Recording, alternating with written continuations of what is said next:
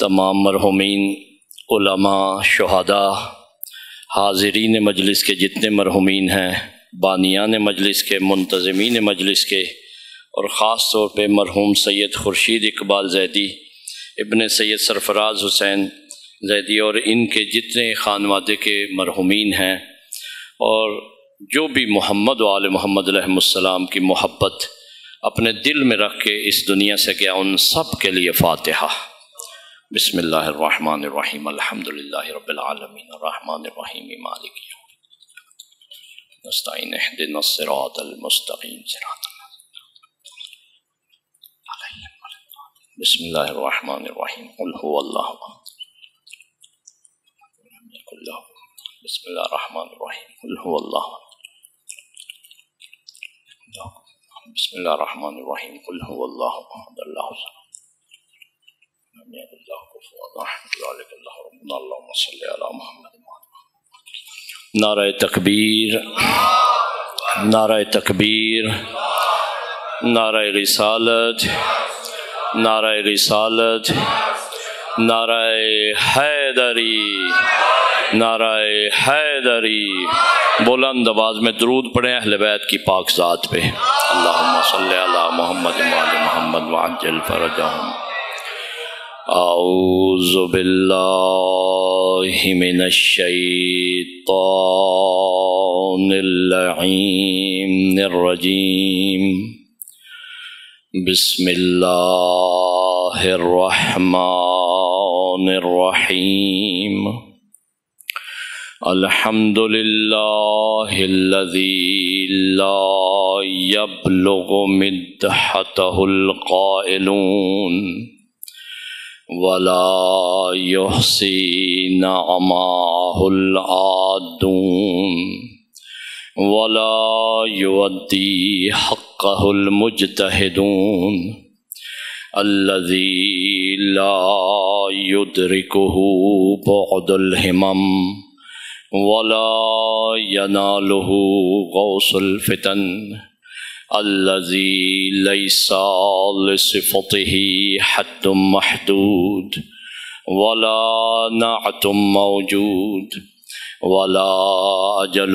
ممدود، فطر الخلائق بقدرته ونشر الرياح برحمته ووطد بالصخور ميادان أرضه، اول الدین معرفت الجبار، ثم الصلاة والسلام علی السید المکی المدنی الہاشمی القرش الابتہی، سیدنا و مولانا شفیع ذنوبنا وطبیب قلوبنا ابی القاسم محمد، اللہم صلی علی محمد وآل محمد وعجل فرجہم، وعلی اہل بیتہ الطیبین الطاہرین المعصومین المظلومین،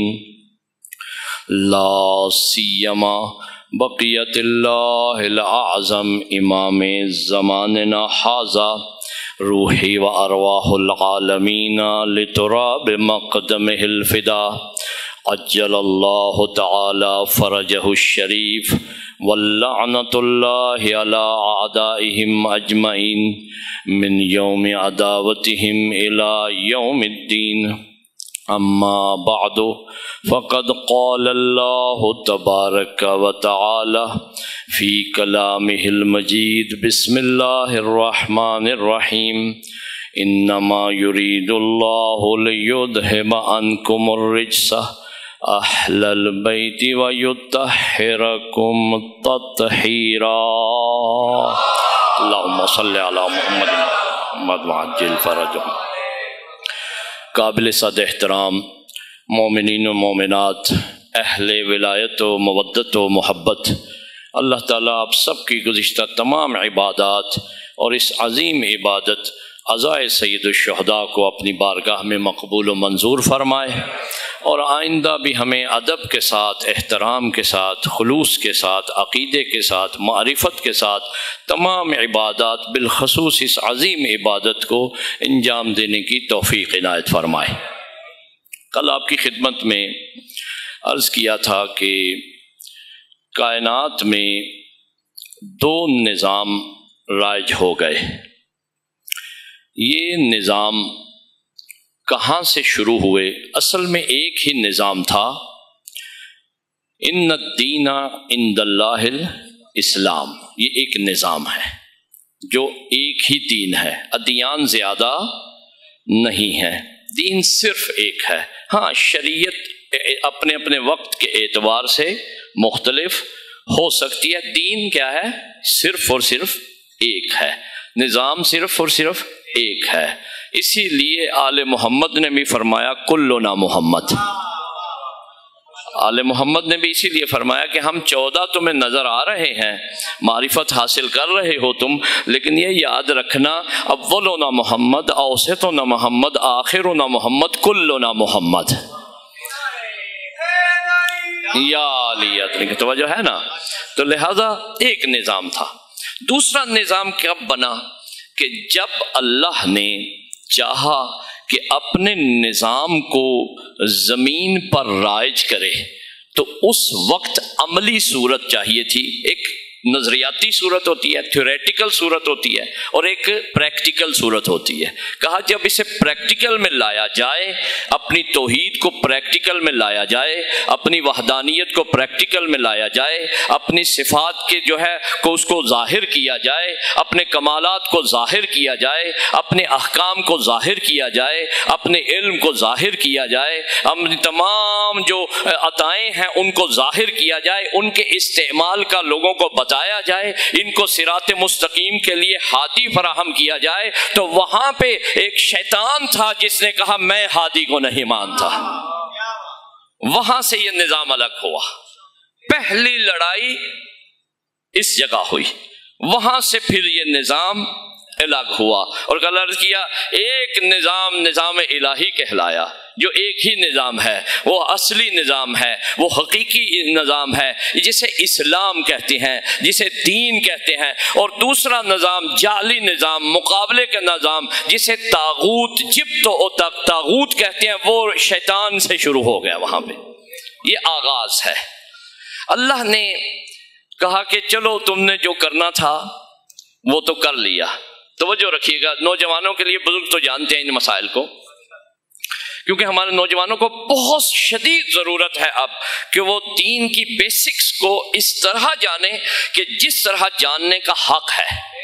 اور یہاں میں ایک روایت بھی عرض کر دوں جملے میں، بریکٹ میں، کہ حضرت حجت کے ظہور کے بعد سلام اللہ، بلند آواز میں درود پڑھیں، اللہم صلی علی محمد وآل محمد وعجل فرجہم۔ روایت ہے کہ مولا کا جو انداز ہوگا دین کو پہنچانے کا اور پہچنوانے کا، دونوں طرح، وہ انداز آج کل جو چھوٹے چھوٹے کلپس چلے ہوئے ہیں اس طرح نہیں ہوگا، معذرت کے ساتھ۔ وہ کلپ کیسے ہوگا انداز؟ مولا ڈیپتھ میں جا کے، گہرائی میں جا کے، عمق میں جا کے ایسا دین سکھائیں گے کہ کسی کو ضرورت نہیں پڑے گی کہ ادھر ادھر سے بھیک مانگے۔ وہ آج ہمارے نوجوان ہر کسی کو سنتے ہیں، جی وہ بہت اچھا بولتا ہے، وہ بڑا اچھا، اپنے ممبر پہ بھی اور باہر بھی، تو اس طرح ضرورت پیش نہیں آئے گی۔ لہٰذا ہمیں بھی دین کو ڈیپتھ میں جا کے سیکھنا ہے۔ یہ کلپ بازی مشہوری کے لیے اچھی ہوتی ہے، ضروریات وقت سے تعلق رکھتی ہے، میں اس کو کنڈیم نہیں کر رہا، لیکن میں کہتا ہوں دین اس سے سیکھا جا نہیں سکتا۔ یہ ذہن میں رکھ لیں، دین ایک عمق والی چیز ہے، گہرائی والی چیز ہے، وہ جو ہے وہ اپنے انداز سے انسان سیکھتا ہے۔